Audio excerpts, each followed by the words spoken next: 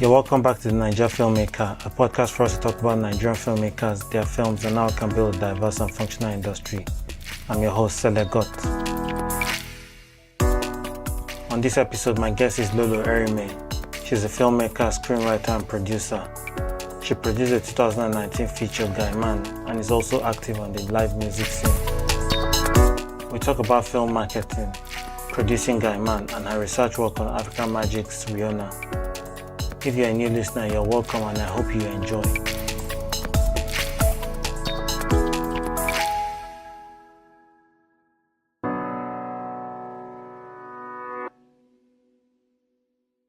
Hi Lolo, you're welcome to the Naija Filmmaker. Hi Stella. Thanks for having me. I'm good, thanks. I'm very well. Okay. So can you introduce yourself? Okay, hello everyone. My name is Lolo. My last name is Eremie. By the way, Lolo is my real name. It's short for Lolo Eremie. For those people that think it's a nickname or it's an Igbo name, it's not. It's actually an Naija name. And it's Lolo for short. I am a filmmaker, screenwriter, producer, and from time to time I act. So yeah, that's it in a nutshell. Okay. So can you tell us how your filmmaking career started? Okay, so I was in the 9-5 circuit for about a decade. That's in the telecom circuit, and I was in corporate communications.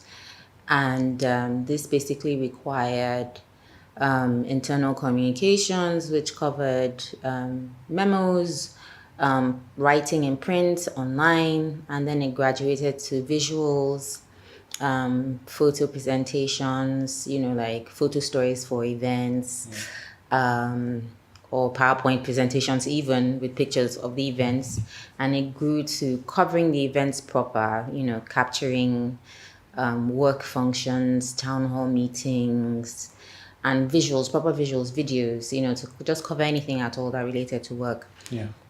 And I realized I enjoyed, it was part of me. I'd always been a creative. I had a theater background. I did some of that when I was in school. Although that's not my major, but I got to do an elective course in theater arts for about a year, and that was a lot of fun. So I always just had that whole creative thingy going on. So I really enjoyed, bottom line is in the corporate circle, I really enjoyed the anything that had to do with filmmaking and telling stories. Yeah. And I realized at that point, I think I should be doing this on the side. I've always done the creative thing on the side, even as a 9-to-5er. I would either be involved in stage plays or maybe some music project, some advertising project, because I did the very first MTN Yellow Christmas project. Yeah. So I've just always been involved with the creative space even back then. But as I grew and I evolved and I realized, okay, I really like this whole picture storytelling visual thing. I started to dabble a bit, make inquiries, find out what's going on in Nollywood, who is doing what. Do you guys need any help? I can write stuff for you. I can, I reached out to a couple of notable film producers back then. I was either offering to write stories, I was offering to write soundtracks, I was offering to just do stuff, to get myself in the system. Yeah. I had already acquired, basic knowledge from just being in that corporate space. And I thought it was time to get on the field because it was very different from theater. It was very different from film. It's clearly very different from theater. Yeah. So armed with all of that, I just finally made the transition from the corporate space to... Oh, I did work in TV as well. Okay. During my... before my NYC, I had been a producer / presenter on NTA. Yeah. That was in PH. And I did this just before I went in for my NYC. And then when I served in Abuja, I got to work with the TV house. So I did presenting with that TV house as well. We were covering Senate events. It was actually MBI back then. Yeah. And then gravitated from that to when I wound up working in Lagos. On the side, I was still doing TV presenting and... a bit of producing with NTA2. That's really funny. This was all while I was still doing the corporate thingy, actually. And then I think I had to pull out a bit because the job was so demanding. Yeah.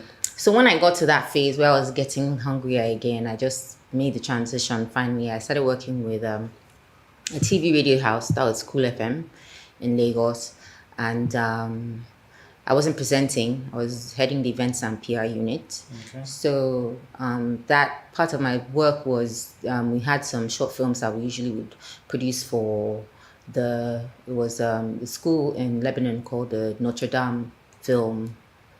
They had a festival called the Notre Dame Film Festival. Yeah. So I had the mandate to produce at least 3 short films. We would work with students, we'd call for stories, and students would send in their stories and we'd shoot them and just give them some kind of exposure, take them to Lebanon to this film festival.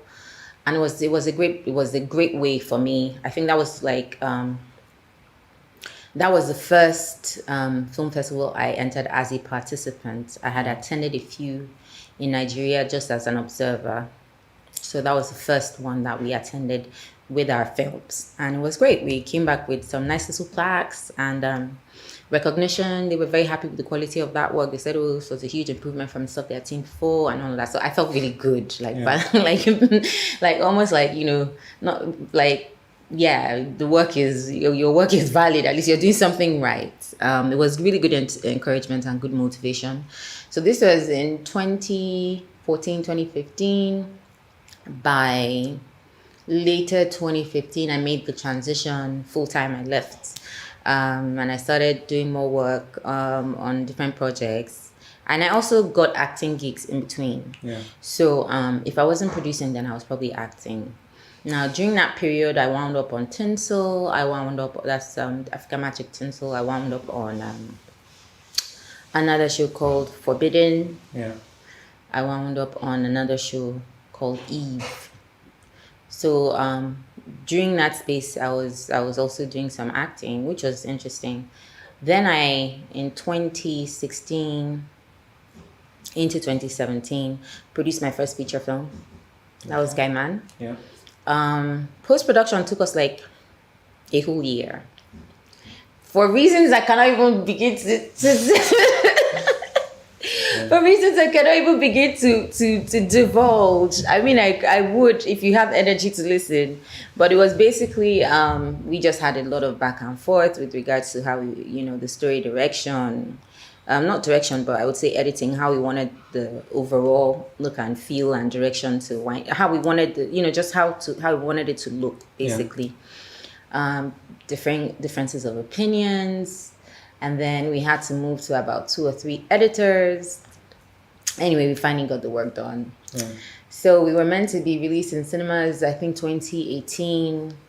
We even had set a date, but something came up and we had to put on ice again. And then finally, in March of 2019, it finally was released in the cinemas. And all of that. It was great. We were very happy with the outcome. Yeah. There's always room for improvement. And those were duly noted. Now, what I learned from that was it's not enough sometimes to have the vision, and no matter how plain you make it or no matter how hard you try to communicate, sometimes if you and someone are not like 100% in sync, yeah, there's always going to be one little kink or one little issue that will prevent you people from being 100% on the same page. Yeah. If you find people that you're on the same page 100% with, just keep them because they're pure gold. And that's the truth. So when, I look back, I was like, there's some things that either I wasn't really very effective at communicating or just some things that just weren't very, very well received as per the project. Yeah. So I realized that one of the major areas I was very unhappy with was the editing. And it had taken us quite a while to sort out. I was happy with the final result, but the process to get to that final result was so tedious. Yeah. And being the kind of person I am, I was like, wait.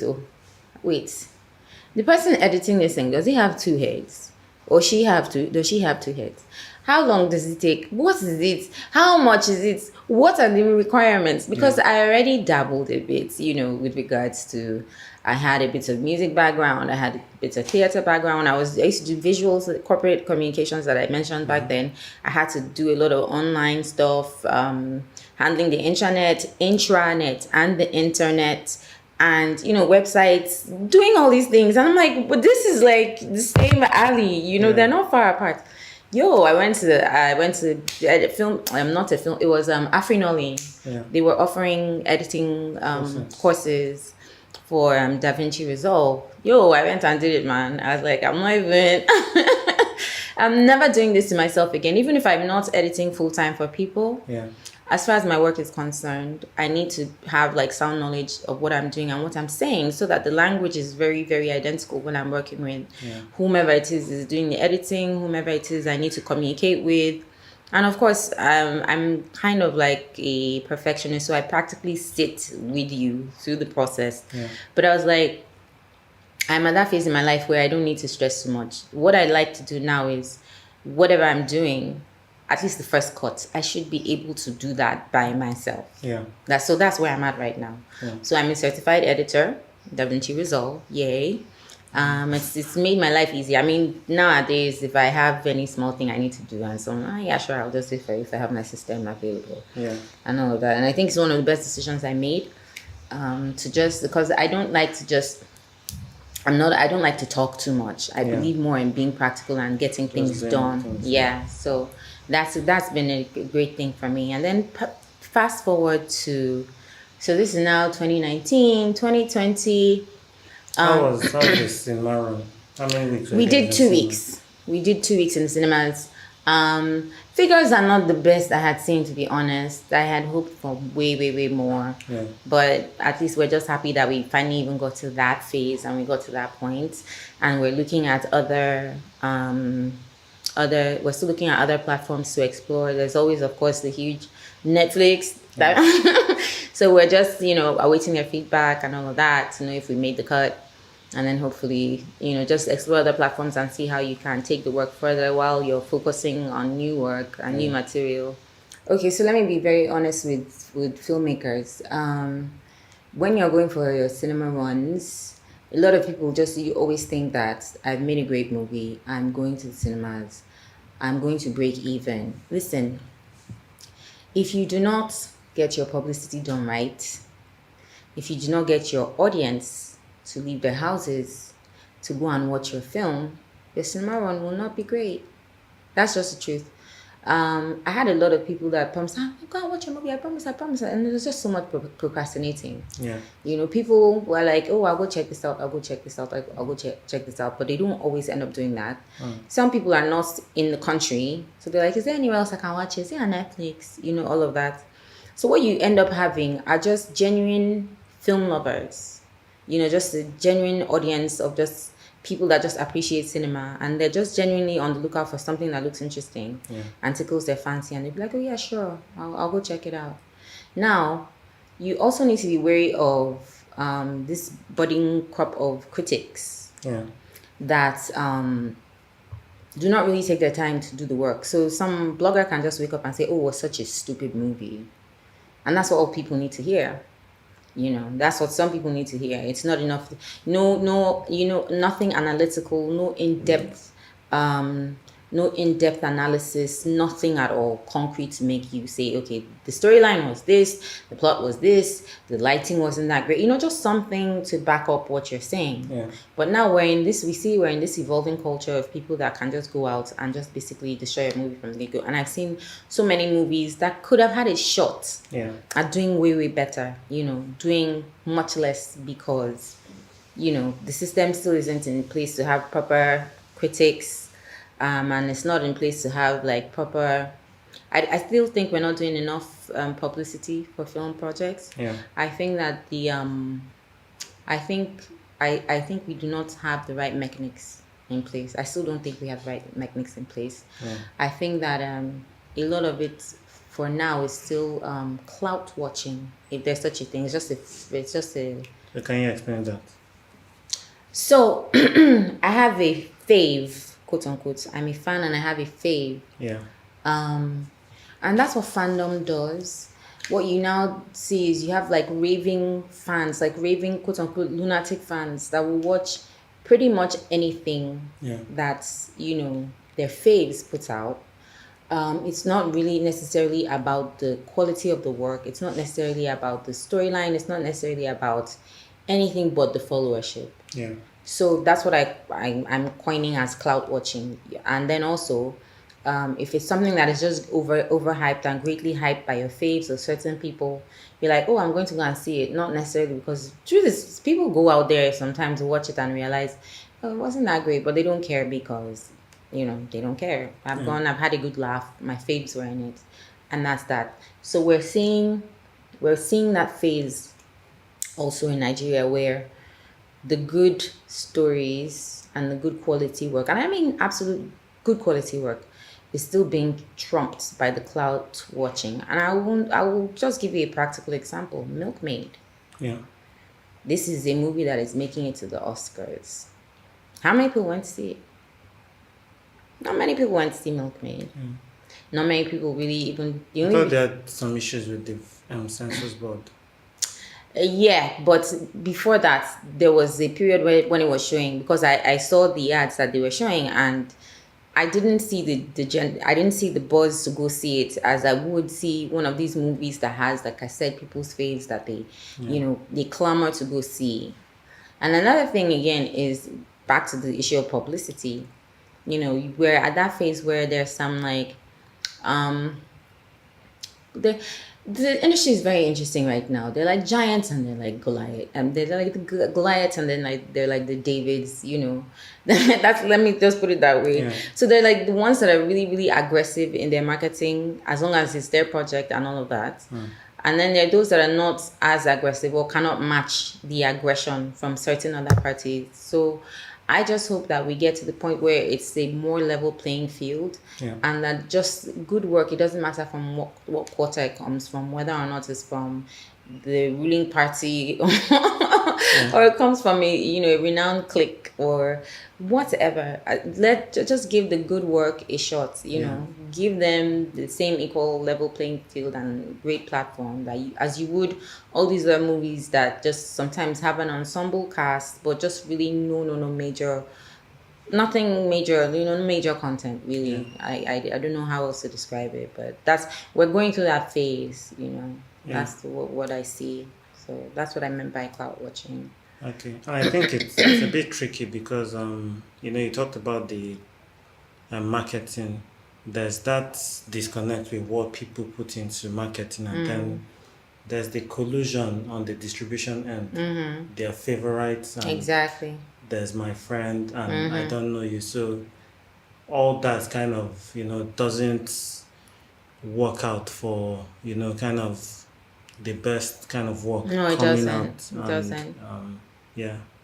It doesn't. And I mean, maybe at some point it's about, because I think with distribution, Hollywood went through this phase at some point, and they had to set up like legislation, and a lot of the studios had to divest from exhibition and all that. And maybe, I mean, it's definitely not working for the filmmakers right now. Maybe this is what is going to push us finally to that push us phase, further. And I don't think we have that many options. It has already worked for America. We might as well try it and see what works for us. You're a marketing, PR, and advertising practitioner. Yeah, I am. I mentioned that. Did I? No, but I found it out. I am actually. Yeah. I So am. can you break it down to us, like, to actually kind of get out there, knowing the Nigerian terrain? Like, what do you need to do to actually get your film out there for people to know that it's in the cinemas, it's on these platforms, like, come and check it out? Okay, so basically they've mapped out some specific routes to market.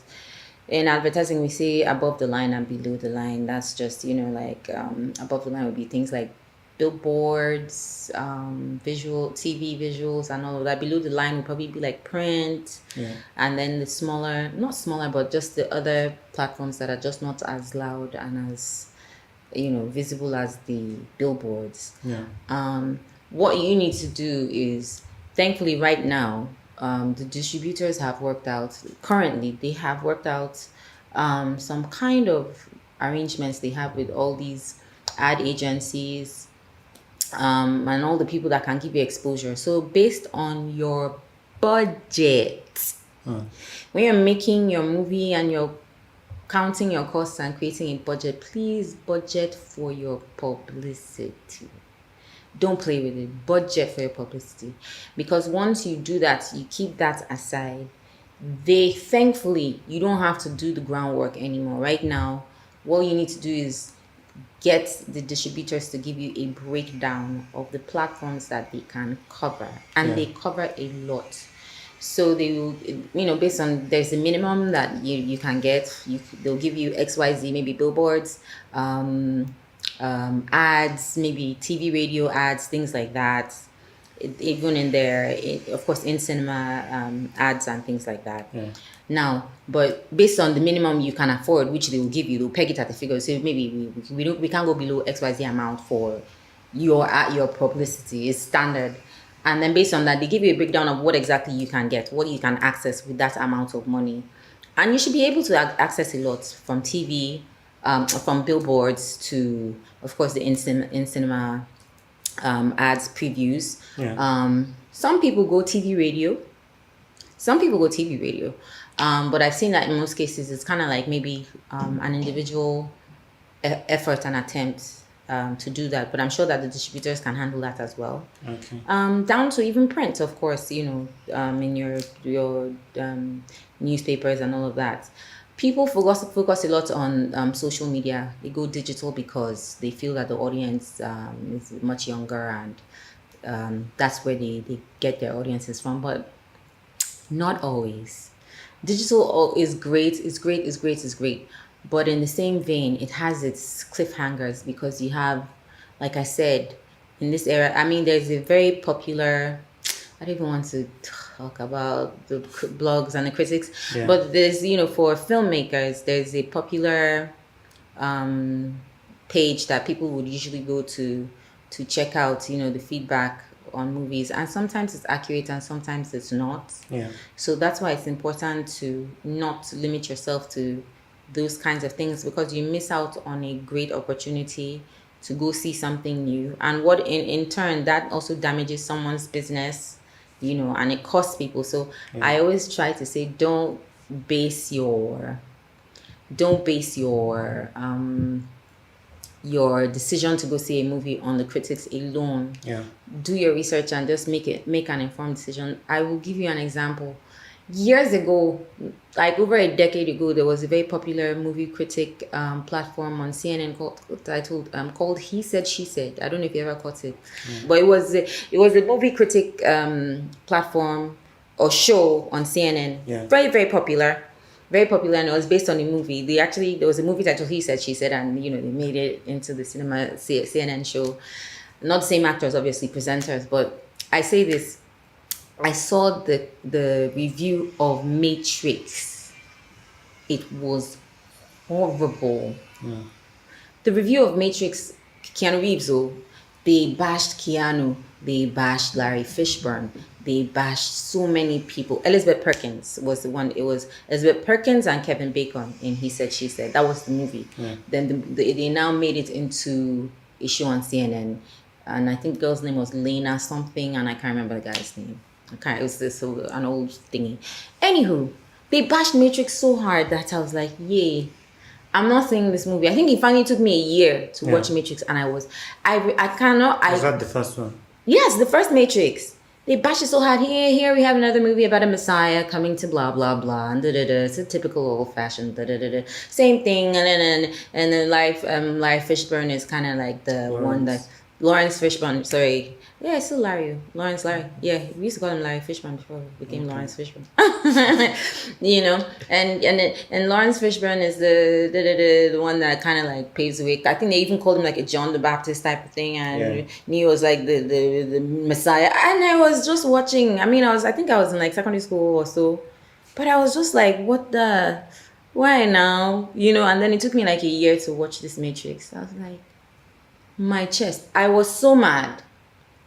I was like, how can you because I loved everything about the movie. from the storyline to the plot, I had never, and I try not to say, oh, this movie is different. It's one thing you won't hear come out of my mouth. I don't say it. I try to look for another word, another way to describe it, because I feel that word as, because I think they've destroyed that different. It's so different. Come up with another adjective. Yeah. So I was like, this is a really, I hadn't really seen storylines like that, concepts like that, even the visual effects, everything about it. Yeah. And I was like, how could you knock this movie and make me not watch it for like a whole year? So ever since then, I kind of take critics with a pinch of salt. I always want to see for myself. Yeah. I always want to see for myself. So that's something that I think people shouldn't buy. But I think that's what people should learn, because in this industry, you also have people can be paid to badmouth you. It's a source of livelihood to get bad press. Yeah. It's not a big deal. So back to your question on publicity, I would say it still falls down to having a robust budget, a bulky budget, so that you can cover every single ad platform available. You can have everything available, even down to getting brand ambassadors outside your film. Getting people to just talk about it, going for your meet and greets, all these little things. Yeah. And another thing, if you're gonna, I know that you paid the actor to do it, to make the movie, but if you're going to get them to do the PR, post, all of that, you as a producer need to work that into your contract. I've seen that happen so many times where people don't work things like that. So, duties outside production, because these guys have a day job, they have lives, they have other things that they're going to do. So you need to ensure you work on your schedule, give them a timeline, and let everybody just, work in sync and say, okay, you're going to go here. Don't wait till after your show when they don't need you anymore. Yeah. You get what I'm saying? When they don't need you anymore, you're not come and say, please, Ejo. You'll not be like, when they don't want to help you, like, but you're in the movie, it's your movie. No. What you should have done was lock them in from the initial contract. Get them to commit. So whatever it is, include it in your fees. Tell them you're going to get XYZ amount of money for doing this amount of publicity. Yeah. And if you default, let's say you have 5 steps. 1, you're doing the radio trips. 2, you're doing the print houses. 3, you're doing maybe TV. 4, you're doing meet and greet at the cinemas. And you tell them for XYZ, you get this amount of money, this amount of money, this amount of money. And for everyone that you default, you don't get the money. Yeah. You don't. And at the end of the day, you give them, when they finish the work, you give them their due. That way you don't feel robbed. I see a lot of people do that all the time. And some actors just have no conscience. They don't care. Really and truly, they just don't care. My work is done with you. I do not owe you anymore. I'm just going to move along to my next project and my next shoot. Yeah. You get, some actors are very gracious and are very, very, kind and considerate and are passionate to the end. They will work with you. Look, even if it's next year, you come and say, listen, something came up, but we need you back. They will just, there are people like that. But there are some people that you need to basically just hold by jugular and say, yo, this is how it's going to, we're laying it out. And it has to go back to the contract. Yeah. That way they're committed to seeing it to the end. It's just something that I am throwing out there because I realize that some people don't always do that from the inception. And that's when you now have another problem. You're trying to do your meet and greet. You say you're going to bring actors. People don't see your actors. Or you go on the actor's Instagram page. Your movie is going to be in cinemas next week and you don't see a single post. Yeah. And they'll be like, what? You didn't pay me to be advertised. Those little things. Normally out of, at the end of the day, you're benefiting too. You're the face of the movie. Yeah. The normal idea is, it's your movie too anyway. I'm not the one featuring. It's your face. Everybody's going to go and see you. And at the end of the day, you're the one that gets to win, best actor or whatever. At least that should be the mindset. But not for everyone. Yeah. Some people are not that passionate and really don't care. I'm done. I'm moving on to the next, So these are just there are little ways to make sure that you have the cooperation and support of everyone in your project. And then, because the more the merrier. If you have all your actors, your cast and crew on board to help you with your publicity, that's like 80% of your work done, really. Yeah. So these are just little important things that people need to bear in mind when they're trying to push for their publicity. Yeah. So going back to the one about having robust budgets and distributors actually putting in the work. Mm-hmm. Like, I've heard from like a lot of people that have released films in cinemas that. So basically, this whole cinema thing is, I see it in its most elementary level. It's a three-way split. So the production company, the distribution company, the exhibition company. Most distributors in Nigeria also exhibit. So for the distribution part of it, it's a case of, okay, you come to us to distribute your movie. We're going to put in some money for print and advertising, publicity. And then when your movie gets into the cinemas, we're going to be taking this amount, this percentage to make our money back. Possibly make a profit. But it's a case of most of them don't do the work, but they still take that percentage. Is this a percentage for publicity or a percentage for exhibition? So the percentage for distribution. So distribution is essentially like, getting the word out there, and also, I guess, let's say striking the deals. Okay, so this is what I did. Yeah.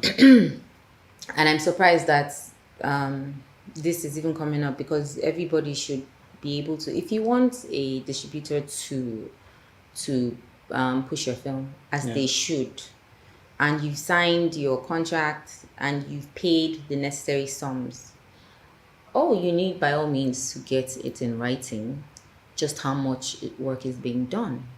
So how many billboards am I getting? In which and how many states? That's what I did. Yeah. I got all the information. How many billboards am I getting? How many states? I got people in the different states to take pictures and send to me as evidence that I had, billboards in these places. Yeah. How many BRT buses am I getting? In how many states? I see BRT buses and I take pictures.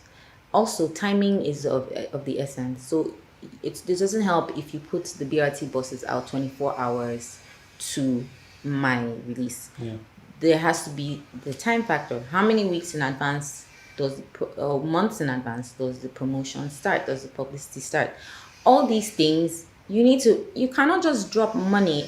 And I'm referring to people that actually pay for publicity, not people that negotiate some kind of deal, because it's harder for you to hold anyone accountable when you're not paying for these services. Now, if you're paying in full for these services, because I'm assuming that they basically gave you a package, you can get the XYZ platforms for this amount, you can get X, this is the minimum that we're working with. I'm assuming that that's what you got from your distributor. Now, if you paid for anything at all, you will have to ask for a breakdown of every single form of exposure that you're getting down to social media. Yeah. So how many posts am I getting on social media? How many times a day? Even down to in-cinema previews and all of that. How many times a day are you showing? Like, they'll tell you every time we're showing a blockbuster movie, it's going to screen. Or, you know what, we're screening 8 to 9 times today. And every time we screen a movie, we're screening a movie 10 times today. And every time we screen a movie, your ad is going to pop up. These are the little things that you know and you document. Yeah. So that at the end of the day, you get to measure. It's a lot of work, you get to measure. You basically, what does that mean? And measuring now you're in cinema ads and all that.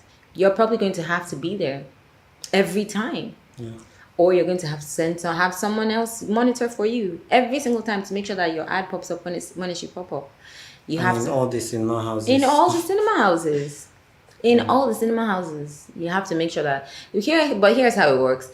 If it shows before a certain movie, because it's queued and all of that, most chances are it's going to run all day.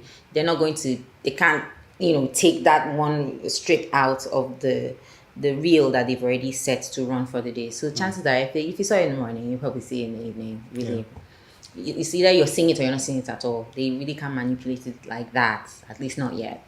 So but make sure that you have it on paper, that you document, just so that you don't go and say, they said they were going to give me billboard, they didn't, they said I was going to see my stuff on BRT, or you see it the day after it starts showing. What's the point? your movie has premiered, your BRT now comes out a few days after. And by that time, the numbers are not good. Numbers are not good. They are pushing you out of the You cinema. want to be able to, your first opening weekend is your most important weekend of your movie. Yeah. It's the most important weekend. So filmmakers need to learn to hold their distributors accountable. And they should not be afraid to demand for some kind, I don't want to say demand, but negotiate a detailed plan. I noticed that some people kind of shy away from these things. Okay, we paid for it and that's all that matters. Yeah. They will handle it. No, they will not handle it. They have 5,000,001 things on their hands. So if you do not show some kind of interest to want to hold them accountable, they will kind of feel that you don't really care and other things will creep up. Don't forget that we're still in an industry where distributors are also exhibitors and things like that. So it's so hard to balance, what becomes priority and what isn't. Yeah. So you have to do your own part to make sure that you're on top of your own project and you're on top of your own things, because the truth is, at the end of the day, it is your project and it is your baby. Yeah. And no one can take care of your baby more than you. That's the truth. Yeah. So yeah. All right, so you have also been active on the theater scene. I have. So what have you worked on? I've worked on a few things actually. I started out from when I was in uni again. I've been part of, there's Yibo Koko's ensemble, which is called Yib's Ensemble. It's a very popular, he's based in River State, but he's done tours all around the world. Yeah. His last show was sponsored by the US Embassy and it's titled Seki, which basically talks about the history of tap dance and how it originated from the Ijo dance moves. So that's been a very interesting production. I wasn't part of Seki, but I've been part of his other productions when I was in school. So that's how I started with the whole theater production. But my most recent work was Kakadu, which is a musical / a stage play. I didn't feature in it. I was a project manager, and we had a 50+ man cast. And I was given the arduous task of planning our tours to South Africa, which was a lot of work. So, but it was very successful. Within record time, thankfully, I was able to arrange for the necessary meetings with the South African ambassador and the attachés. Great meeting. My boss was so happy. The executive producer was so happy. And in about a week, about a week, a space of a week anyway, we were able to get our visas for about 50+ people. We got to South Africa. The show was at the Joburg Theatre. This was the very first Nigerian musical, very first Nigerian theatre production to ever show in South Africa at the Joburg Theatre. First Nigerian export to South Africa, period. It was great. We were on, the TV stations, NBC, all the radio shows, had us over. It was great. Young talent, great musical, very, very passionate story about Lagos prior to the Biafran War. Yeah. So it was a historical piece and very moving. And I really think that Nigeria needs more stories like that and more productions like that, because I tell you, the South Africans, the love we got, we had people coming over to say, please, can I take you all home and just cook dinner for all of you? And, it was such an emotional journey. People were weeping, South Africans were like, they can relate. Oh, this is the African story. And it was an amazing experience, it really was. I enjoyed doing that. So when I'm not doing the whole filmmaking production and everything else, if you give me a great stage play, theater production, I would gladly jump on it. I totally would. Okay, so let's talk about Guynman. Okay. You produced the movie. Why? What was so special about the story that you wanted to make it? Okay. So it was a very interesting story to me because I had seen that situation happen so many times. Love and the friend zone. And I felt it was just very relatable, and I felt that every single person had been through that kind of situation, either as the guy, male lead, or the female lead. Everyone can identify to that one friend that shouldn't have been in friend zone, and that kind of situation. And I just thought it was a lighthearted, it's not coming of age, but it was a lighthearted, fun rom-com. What I also did was I tried to make it from the guy's perspective. Yeah. So we try to make, you know, the make you sympathetic towards the guy, because usually in a lot of rom-coms they kind of center it around women and how it happens, but this time was from the guy's perspective. So everybody was rooting for the guy and everybody was like, the girl is stupid. So I really like that. Yeah, and I just thought it would be a nice the most important thing was I had done my research with the distributors, asked a few questions, Yeah. and they basically told us back then that the highest grossing movies at the time were rom-coms, target audience age between I think 18 and 35, and the clientele, the audience was made up largely of women. Yeah. So I had to look for a movie that fit this profile, that, you know, could help deliver to this audience. So that's why I decided, okay, so I think the first foot forward it would be Guynman, because I think the other stories I have are not even rom-coms. They're very, I don't know what to call them, but they're not rom-coms. Although my next project is kind of like a romantic fantasy, it's like a fantasy, but Guynman is like the cheesiest I've ever done, and I hope it is the cheesiest I ever do. Really. Yeah. So yeah. So this. We got an AMVCA nomination for that, by the way. Congrats. So I mean, we didn't win, but Yeah. there's What category? best male in a comedy or TV series, Nice. which was for me a super big deal because it was my first outing, first movie, ever feature. So it was just really, I felt like it was a huge back pat, you know. So yeah, it encourages you and makes you feel like, okay, we're on the right track. We'll just keep at it and do better and be better and all of that. So yeah. Okay, so this new project you're working on, what stage of production is it? Let's say we're in pre-pro. Okay. And the script is ready. Oh yeah, script all done. We've cast some people safe. We've done casting for some people. It's the usual Nollywood Nigerian filmmaking thing. You're waiting for your complete funding and all of that. But yeah, we've done pre-pro to a large extent, like 80% done. Casting, like I said, 80% done. Location recce is 80% done. However, some things came up with location. I might have an EP that wants something grander. So we're just on standby waiting for the reverts to know where we're shooting. Is it here? Is it out there? You know, what's the way forward? So that's where we're at right now. And you're producing this? Yes, I am. Okay. I'm producing this. Really excited though. Really excited. Yeah, can't wait. Thank you. To see it unfold. Thanks. Yeah. All right. You had. Maybe you still have a life, or you had a life on the live music scene. Yes. Oh my God.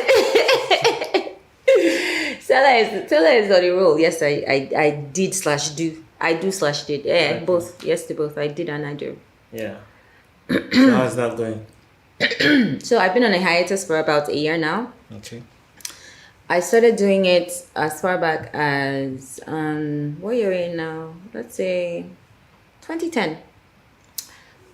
But then I was more like a participant for like the first 2 years. I just go and, you know, we jam with the live band. It's this place in Lagos called Bogobiri House. It's pretty popular. And we just jam. And then from 2012, I was approached by the management to start hosting the shows. So it was the first in Lagos. Like, no girls had energy to be doing all of that. Yeah. So what happens is it's an open mic night, and then we had like singers, live musicians. There's always a resident live band on ground. And then you have singers, musicians, poets, all kinds of people, actors. People come do skits, they come do comedy.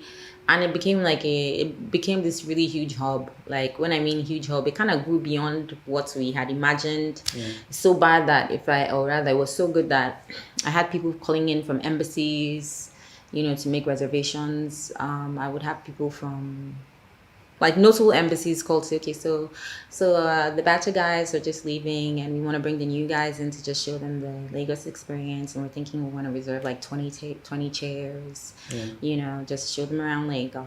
You think you could? I'm like, yeah, sure, no wahala. And they'd come through. I met loads of people from that. And you have to understand that I had a 9 to 5 job. Yeah. So, but it didn't affect at all. My point is, in that creative space, in that creative hub, I met more CEOs, I met more diplomats, I met more, blue collar people than I ever did in my entire 9 to 5 run. It was fascinating. Yeah. So what would happen is, maybe I'm going for a meeting at work. Maybe we're going for like a work presentation. I'll never forget this one that we went for a work presentation when I was at Cool FM, and we were going to, I think it was for Praise Jam, one of our shows. Should I be mentioning these brands? I don't know. Should I mention these brands? I don't know. Anywho, so we were going for one of the presentations with one of the potential sponsors. It was for one of our shows. I can't remember which anymore, to be honest. And the guy was like, okay, so you come see the CEO. He was Spanish. I think his name was, I can't remember his name, but it was Spanish. Yeah. So we're like, come see the CEO. And the guy was sounding like the CEO was this really, not strict, but, he just had this reverence. Like, come see the CEO. Like, so they're like 6 of us from the office. And we walk into the CEO's office, and he swivels around in his chair, and he looks directly at me and goes, hey, it's Bogoberry! And everyone just gonna be like, are you serious? Right? Yeah. It was the funniest thing ever. It became like the icebreaker. It was like, how are you doing? Come and sit down. I haven't seen you in so long. Yeah, I've been busy, working and And the guy is looking at me excited, like, what? So you knew my boss? I'm like, yo, I didn't know this was your boss. I had no idea it was him. Yeah. Because we all meet in a totally different, relaxed environment. When they come in, they're not trying to say, this is who I am, this is what I do. They come in. Some of them some CEOs would come in with bodyguards. Yeah. No, I kid you not. They would come in with bodyguards. But at that point in time, they just want to unwind. They take their ties off, take their shirts off, their suits off, jackets off, fold up your sleeves, and you just want to relax, drink wine, listen to music, sing like a silly person, and just, let your hair down, that was what we were offering at Open Mic. That was the idea. That was my goal. I would always say that, you guys, work-life balance is super important. When you come in, just let your hair down and just do your thing and you have a great time. Yeah. And I guess another thing was maybe because I also worked a day job, kind of made it different for them, because they're like, yo, she works like she's like us, but she still makes out time to come sing with band, because I would sing my lungs out, sing for hours. It's like a proper show. Yeah. I've had a few people from Abuja come through my show. Jessica Bongo, she has like a live show now here in Abuja. She would make out time whenever she was in Lagos to come to me and just chill. Yeah. I've met like so many people from there, so it's very interesting, really. It's been a very interesting ride. With your 9 to 5 and then this, how was your work-life balance? Oh man, the good thing about work is that it's very regimented. Yeah. So you have your deliverables. I know that by XYZ time I meant to turn this in. By XYZ time I meant to turn this in. It wasn't anything. There weren't so many new ad hoc things. It was basically regimented and repetitive. Yeah. So especially for the work that I was doing in corporate comms then. So you work with timelines, you have a calendar. I'm also a certified project manager. So you work with timelines, you have a calendar, and you meet your deliverables. Yeah. For someone like me, I am nocturnal. So if I didn't have to do anything like my shows, I would work like later into the day just to make sure that I meet up. But then once I'm done, my show was weekly. So once I was done, I just head to my show. And I said, see, there are people there that had no idea that I had a day job. There were people there that just assumed I was a full-time musician. I was just a creative, a girl that sang at this spot. Yeah. And that's all I did for a living. There are people there that just, it was really interesting. It was. It really was. Yeah. Yeah. So seeing your connection to music, is a musical on the table anytime soon? Yes, actually. This project that I said I'm working on, that we're in pre-pro. So it's kind of like like a pantomime, like all these pantomimes, and we're working on like an adaptation of it to make it like put an African spin on it. Yeah. So in addition to that, I'm exploring an entire universe. So we're looking at theater, stage plays / musicals, animations, musicals, and then just all these other, interpretations of it. So comics, you can't sing in that one, but illustrations and things like that. So yes, so for the stage play and for the animation, there will be music, like lots of music. We're just making it into like a proper musical. Yeah. So you have like singing in between, and all of that. Yeah. And you be singing. That's the plan. I'm trying to get to that phase where I can incorporate both of them. What I do for now is I try to be part of the sound design and soundtracking process. Yeah. So I always just throw songs in there, compose music for the soundtrack, and that's how I try to infuse the music into filmmaking for now. Yeah. And yeah, that's like, I mean, sound is 50%. So Of course. you can always heighten the experience. Yeah, absolutely. Yeah. So, I mean, you knew you wanted to be a musician since when you were little. Yeah. How did you know that? What's going on? Yes, I always knew I was going to sing. Always. Because I just enjoyed it. Like, I think when I was like 1, 2, did you see 1000 Years BC with Raquel Welch? That's her name, Raquel Welch. Yeah, this is very, very, very old movie, 1000 Years BC. Maybe 1 million years BC. My parents used to watch it a lot. So it had this incredible soundtrack. It's just a hum. Ooh, God, I still remember it. Wow. Anyways, it goes, ooh, something like that. And this is like me, age 2. After my parents watch it, I'll just sit in a corner and I would hum it all day. The same, in the sequence that it went. So I overheard my aunt talking to maybe like 3, 4. Yeah. I overheard my aunt talking to my dad. She said, Lola has a nice voice. And I was like, yeah, I know. She says, no, you don't understand. She has a very nice voice. And she mimics sounds. They were just talking. I was like, so, and they didn't, nobody discouraged me. So by the time I was like 6, 7, my mom got us a piano tutor. So I learned how to play. And the thing about piano tutors that people don't know is that they're very strict. If you're learning classical, if you're learning classical pieces, and that's what they teach. They don't teach contemporary. In fact, they're almost snobs. Just pray that you have a nice music teacher. But some of the music teachers, the ones that are classical people, they're like snobs. They won't teach you how to sing Riona's Man Down. What the hell are you singing? They go and play Mozart or Bach or something else. That's what they would, want you to learn. So I started learning some classicals. Using Small Woods is a very, very popular book for people that learn how to play. So I used my Small Woods, and this guy was not teaching me, all the like raving songs of the time. And if I try to learn how to play, you say you're vamping, stop vamping. I'm like, oh God, this is not working. This is not the kind of music that I want to sing. Yeah. So after a while, I think like maybe a year, 2 years of just learning how to play classical pieces, I got tired. By the time I got in secondary school, like my JS1, and my music teacher will come, I'm like, I'm tired. And I had to go to boarding house and things like that. So I just left that. But it was good because it gave me like my foundation of understanding music and all of that. And then of course, you start singing in church and it just evolved from there, But I'm grateful that at least I learned how to play. It was super important, Yeah, I was about to ask like how your family supported you. Yeah. But how do you think, like how important do you think that support was? Oh my God. So nobody ever said you sing too much, My dad was very show-offy.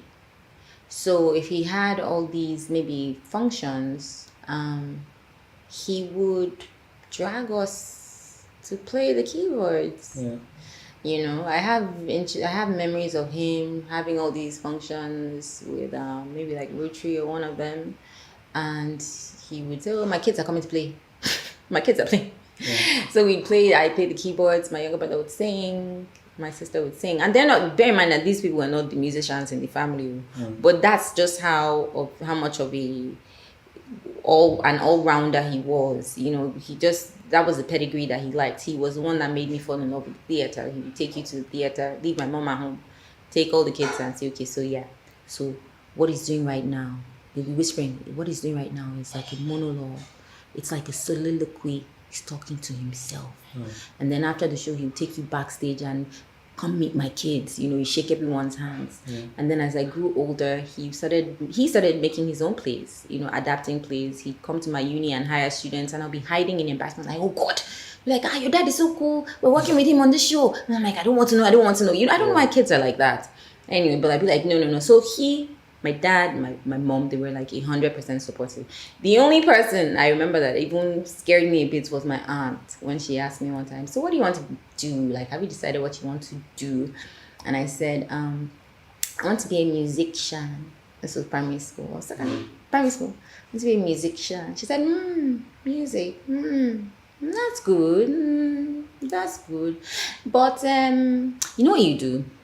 You go to school and you study and you become something else, maybe a lawyer, a doctor, engineer. Then the music is good, but you do it on the side, you know. So that kind of was what, because the truth is, not like they were teaching music in schools anyway. So I did go to school, did everything, got my degree, but I always throughout that, I always did the singing thing on the side. I was in a choir. I think we were in a choir. We put out 2 albums in the church choir back then when I was in uni. So I've just always been very, very involved in the music thing. And my parents were like super, super encouraging. Okay. You studied foreign languages and literatures, yes. What languages can you speak? I'm a French major, so I speak French. Ich spreche Deutsch ein bisschen. That means I speak German as well, a little. Those are my 2 majors. And then literature, French literature, basically. Which is basically like world literature from a French perspective. But Okay, so how have you used that, like, in your work? It's been very okay. First of all, I do not encounter that many people that are linguists. At my workplace, I was the only Nigerian that was bilingual. So what that afforded me was a lot of exposure with the foreign or non-Nigerian colleagues. If there was like an event happening and they needed a translator, I'd be on the plane out of Nigeria to some, place. It afforded me. I got to travel around. I've even been to Lebanon. I've been to Lebanon, but that was for the film festival. I've been to Jordan. Just some places that in my wildest dreams I wouldn't have just up and said I wanted to go to. I went to Jordan. I think that was like one of the most amazing experiences for me, and that was for like a work function, and I was doing the translating as well. So that's like one of the most interesting places that I've been to that has been totally out of my scope. Like, normally I wouldn't be going to Jordan, but yes, it was an amazing experience. So what that's done is it's kind of afforded me an opportunity that I probably wouldn't have had. I interact very freely with Francophone people. A lot of my colleagues were Francophone back then because we had different opcos around Africa. And then the Middle Eastern bosses that we had back then when we were owned by, when the company was owned by, when was Zain, and the head office was in the Middle East. If they weren't speaking English, they were speaking French. And ironically, a lot of them leaned more towards French. So if you're not speaking Arabic, you're speaking French. So they were it was like a go-between. It was just really, really nice to have someone that spoke a bit of everything except Arabic. So I spoke French, I spoke English, and you'd be shocked just how many people don't care much for English. You'd be shocked in these environments. They don't just care much for English at all. So when they see that you speak French, they're like, oh, pas français, c'est formidable. Tu es sûr que tu viens d'ici? I'm like, yes, I'm very sure that I come from here. Like, wow, c'est impressionnable. I'm like, yes, thank you. So it's been very useful. I will say that it also afforded me some kind of level of exposure. I had to do like a year abroad program in the country where French was the major language.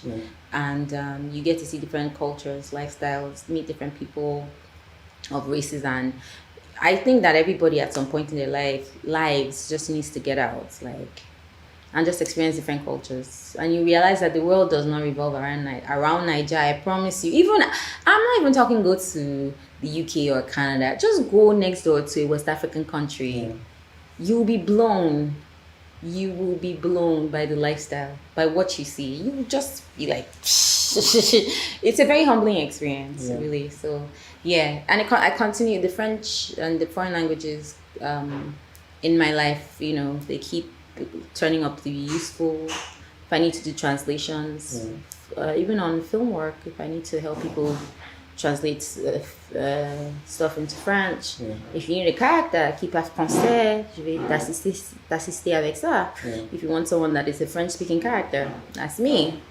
I'll go there and I speak my French, and you'll be like, oh, are you Nigerian? Yes, I am Nigerian, but I speak French. And I can speak a bit of German too, so it helps, especially if you're, you know, as a character and you're trying to...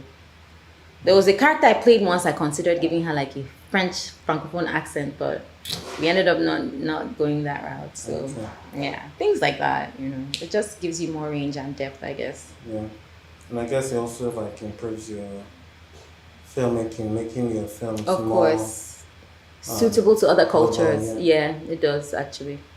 It does. That's nice. Thank you. You did the research for Riona. Yes, I did the research for Riona. Can you talk about that experience and break it down for us? Okay, so part of my pastime involves research. I just do that because I think it started from the corporate space. You always have to do a bit of research into the material that you're putting out, or if you're writing a memo, if you're doing anything at all, you know, there was always just some kind of need for research.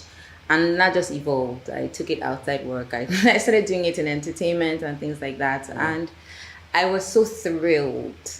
I was so thrilled when the amazing James Omokwe buzzed me and said, okay, so I have this new project I'm working on. It's a 260 and I need you to handle the story research. So it was, you know, I knew it was a lot of work, but I was just so excited because for me, these are things that give me joy. Like, listen, my response was, listen, whether or not I'm getting paid, you know me, I'll be doing research anyway, so I might as well just get paid for it. So I had to spend a whole week in Warri. I had to meet up with loads of people because this is like 12th century Shekiri culture. We do not have, unfortunately, a lot of material, written texts, or people to even speak with. The annoying thing was the people that we were speaking with, they just kept sending us to an era like that was, I think, the 15th century. And nothing before that. Nobody had anything prior to that. So it was a lot tougher. So fortunately, I was able to get notes from the internet. Yay! On a lot of missionary notes as well from people that had done, you know, missionary work, people that had traveled. And thankfully, the region was not... back then was quite popular. It's a minority region, as Nigerians tag it now, but they had extensive work done online. There were like a lot of people that had come through back then. Their interaction to the Portuguese and all of that was quite popular. So we were able to glean off, you know, older notes, like from the early people that came, say about like 13th, 14th century, to give us an insight into how they were in the 12th century. So things like costuming, props, set design, the lifestyle, culture points, tradition, religion, and a whole bunch of other things. Just, you know, the overall way of life. Very interesting people, by the way. Like, even what we show now on screen is not, to me, you know, does not reveal these amazing, because there's just so much that, you know, there was just so much of these people. What you're seeing is even, and people are like, wow. And I'm like, yo, listen, if we took our time to even divulge and explain who these guys were, you'd just be blown, you know. So it's been an amazing journey. I'm really grateful to James and the Filmmaker's team, Onye, Jamila, for trusting me with this. Because at some point, even the title Riona, I had to basically go and dig, you know, for appropriate titles. There were some other things some other terms that I came up with, but they wound up going with Riona. And I was really worried. I was really, really worried because that's when the Rona happened. So, so I was like, oh my God, this is not fair. And they were like, nah, it's fine. Nobody's going Nobody to. has made the connection. No. Nobody's ever like, thankfully. But I was so worried. I was like, oh God, are you kidding me? Yeah. Are you kidding me? Like, of all things, you know. But no, it didn't affect, and it still hasn't. And if you're following it online, like I do, seeing the reaction and it's the feedback and the tweets and everything, very organic. I know they didn't do anything to create any social media followership and all of that. Yeah. So we get feedback a lot from people watching, and I just watch it and I smile. It's like watching your baby grow, you know. And yeah, people just give us feedback, and it's always great feedback, at least for the most part. So people are quite happy with the overall presentation of it, and that's for me what really matters. Okay. Yeah. I mean, with your research work, what do you do when you're not coming up with any leads? That's a tough question. Well, if you have, the most important thing is you need to itemize everything. You always pop up with something. If it's like culture points, you know, how did the women wear their hair? You know, if you can't find anything in that culture, look at the neighboring cultures. That's what I did with Riona, with the Shekiri culture. I looked at the neighboring cultures, the Jaws, the Urobos. I looked at their own historical accounts of the Shekiris. Were there wars? What caused the wars? You know, you just start digging around. Were there wars? What caused the wars? From the other person's perspective, how do you describe these guys? It's in the course of all of that I even found out that apparently Benin people went into war at some point, and the Shekiri sent over 10,000 soldiers. I was like, whoa, that's a lot, you know? So because in your mind, you're seeing them as like a small entity right now. But back then, to be able to send like over 10,000 troops to support Benin, that's massive, you know? So little things like that, just other people's accounts, neighbors, what were the women like? What was the lifestyle? Were they polygamous? Were they, you know, all those, were they matriarchs or patriarchs? All those things are really important, you know, like, was it a matriarchal society or a patriarchal society? Who were like the dominant genders? You know, just all these little things. I try to, what did they eat? You know, what did they eat? What were the occupations? And by the time you ask all these things, it's like it's kind of like a ripple effect. One thing leads to the other. Even the hairstyles that you see here, the actual hairstyles that we got, very complex. Whoa! It was like some were shaved on the sides, some were dyed red. How are you going to explain that? How are you going to explain that the walls were not meant to be clay, red clay, but the walls were meant to be white clay that shone so bright that when polished, they look like mirrors. You could see your reflection as mirrors. Who is going to believe you? But yet, this was what the accurate historical texts were saying. And these were like missionaries, people like Dapper, people that are very noted. And this is how they were describing the people, and this is their lifestyle. It was not, how are you going to tell people that they had street lamps? Even the guys that I was working with on set, the production guys had a hard time believing. I'm like, yo man, that's what the text says. They didn't have like the clay houses, you know, village setting that you always see, that we always just think that everybody had thatched houses, and it wasn't really like that. Some people had clay as a coating over the white clay.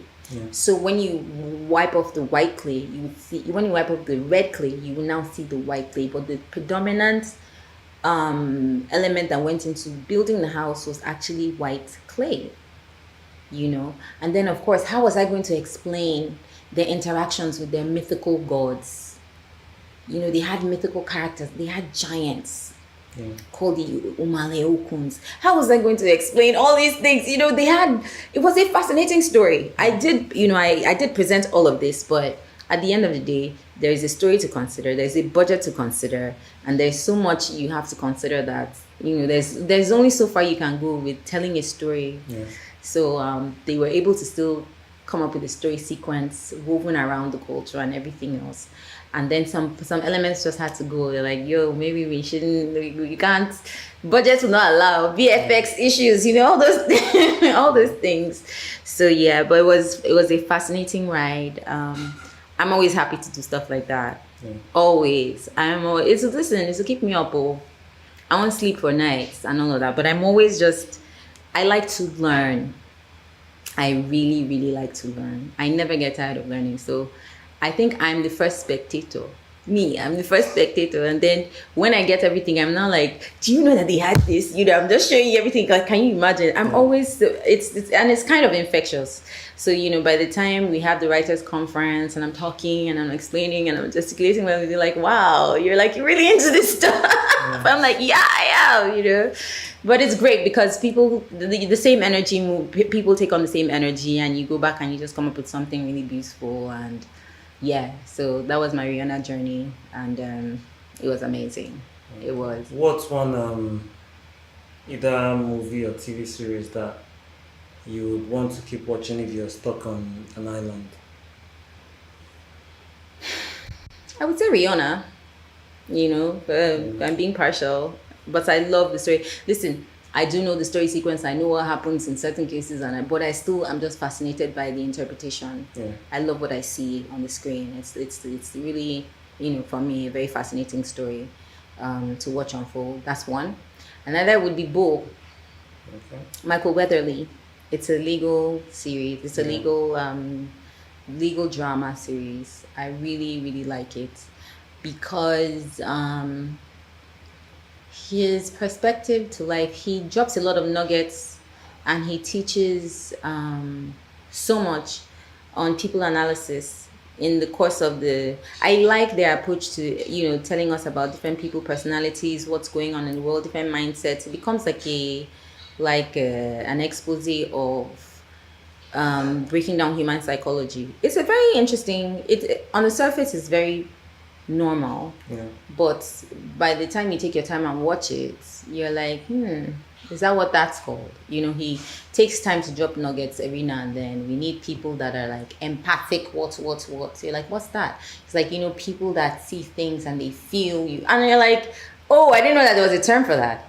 Oh, I didn't know that people even knew what that was. So it's very for me, it's very enlightening. I could watch that. I have all the seasons. They just started season 5. I saw it yesterday. I was like, yes, season 5. So yeah, I really like Bones. I used to like Bones. Yeah. I used to love Bones. What happened? But it became too morbid.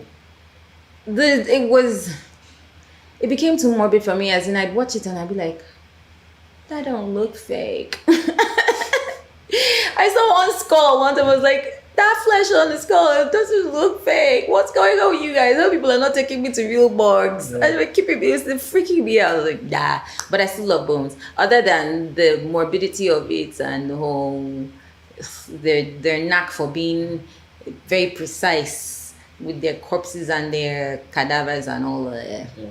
I love the storyline. I love Bones' personality. What's her name again? Thingy's sister. What's her face? This girl's sister now. I can't believe it's left me. Anyway, her. Yeah. I find her personality very interesting. Her character is interesting. She's very awkward. She's socially awkward, and I don't think that she knows how awkward she is. Yeah. But then again, it's her background. It's based on her background and her upbringing, and it's because it's that they don't tell us the background, and you have to keep guessing. But she just seems like a product of some kind of weird programming. I don't know, but it's just it's very it's fascinating to watch. The character she plays, because she does it so convincingly well. She does it so well, she's she was raised in a square. I'm very. They say, oh, Bones, they're looking at you because you look. They think you're beautiful. Yeah, I'm very beautiful. Uh-huh. She has said it. Yeah. I'm very attractive to look at. She's very what's the word? It's socially awkward, yes, but she clearly grew up in a bubble Yeah. and just doesn't. She has like zero social She's, skills, zero. She has none. So as she's saying it, she's talking. You're not very good at managing people. She just lacks tact in the cutest way. Yeah. And I like to see that because I know that there are people like that, but I just don't get to see them often on screen. Yeah. So. Okay. So Nollywood is growing. There are a lot of things we can improve or totally overhaul. Like what's the biggest thing for you Things that could be totally overhauled or improved? or improved on. Yeah. I hate and I don't like to use the word hate, but I don't appreciate the silo system. Okay. I don't appreciate the cliques. I don't. I see that where at that phase where it's the same old.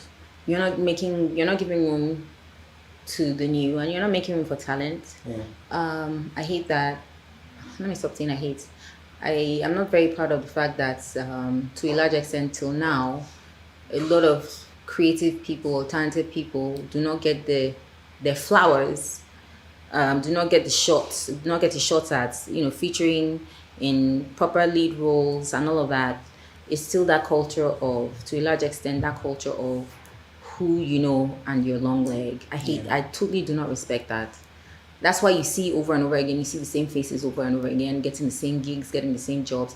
I'm like, you're not going to see anything different. What you're doing is you're holding people in a hostage situation. Yeah. You're holding people in a hostage. You're telling us that, listen, you have nothing else to offer, and this is all you have to offer. And whether you guys like it or not, you must gorge on it. Yeah. So I don't like that about the system. That's the first thing I don't like. Second thing I don't like is I don't like the idea that it is only your people or your project that gets the most publicity. I don't like that. I don't respect that. Because what you're doing is you're cutting your nose to spite your face. Listen, I know for a fact that some people make investments in films and then they also have exhibition platforms and things like that, and I know that you have to break even. So therefore, come on, before you start promoting other people's projects, you first promote your own. Now after all, you have to break even and make your money back and all of that. But think about it in the long run, when you put all these other projects at a disadvantage, it's still at the end of the day going to be your loss, because you could have made more. You could have made a whole lot more if you had just let every other project run its course, as opposed to trying to, clip their wings so that you get to be at the top. You can still shine. You can still be where you want to be, make your money, and allow everyone else to make money. Now, I think from a business perspective, there's the issue of having to answer to your stakeholders, because if your budget was like maybe 50 million, and then your box office, gross at the end of the day was like maybe 45, no, it was maybe 100 million. So you just made barely 50 million on top, as opposed to a 5 million low budget movie that just still came and smashed that box office and then now still made that same 100 million. So you might have to answer to your stakeholders, because they'll be going, how come you guys spent so much money and they spend so little amount and you still are at par with them? So those are the little things that I think might make some people feel they don't want to give people the onions. Give people the credit that they deserve. But that's the one thing that displeases me greatly about the industry, that it's there's so many silos. They're like, there's this whole power thingy at play where you can you're not giving giving the people that deserve the shot. You're not giving. It's like oh, I know you, and then you can't run a business like that. Because you're at the end of the day, you're hurting. You would have made a whole lot more if you took your chances with this rookie that had a great picture and a great story, as opposed to, that's my G. Last year we made this movie together, and this is how much he did. So therefore, we're continuing in our trend. No, you're not gonna. The industry is not gonna grow. So now what needs to happen is we need more players. That's just all. That's what needs to happen. And guess what? The players are coming. like an avalanche, I assure you, because I have seen, I have heard, I have been in different areas and avenues. I see what's coming. Yeah. There's going to be a huge boom, as in there is going to be some. I mean, how many theaters do we have? We have just barely. How many? Someone sent me something one time. I wish I could read it. A number of our theaters, as opposed to so many other people that have tens of thousands around the world. We have barely how many hundred? That's not a lot. And more people are going to come into the industry with the resources to create more theaters, to build more infrastructure, to by the time we get to that point, we'll diversify now. Yeah. You don't always have to go to a big cinema. You can go to your community center down the road. We're getting to that point, really. Yeah. So, and then of course you now have your online platforms as well. That's because of the whole social distancing thing, you really can't get to go out that much. Now people are turning to the online platform. So there's a lot of room for diversification. You can still make all your money back, you just don't, without going to have it exhibited in the theaters or in the cinemas. So that time is here pretty much. So, but that is what I do not like about. That's what makes me sad about the industry, and I'm glad that it's coming to an end. Yeah. For context, Lolo was, or is the police inspector on my web series. Inspector Uzo. We just wrapped 2 days ago, and we'll be talking about it in the coming weeks. Yay! Yeah. So Lolo, how can people keep up with your work? Well, for now, I'm focusing on trying to put out a new feature. That's the first thing. So you can follow me on social media. My Instagram handle is Lolo Star, and then if you want to keep up with the music, there's Open Mic with Lolo. That's where I usually just post material on the live shows and all of that. If you need to reach me, just send me a DM or something. I'll definitely holler back. But those are the 2 platforms I'm active on right now. The 2 handles that I'm active on right now on Instagram. Okay. Thanks, Lolo, for coming on the podcast. Thank you, Stella, for having me. I had so much fun. Long overdue.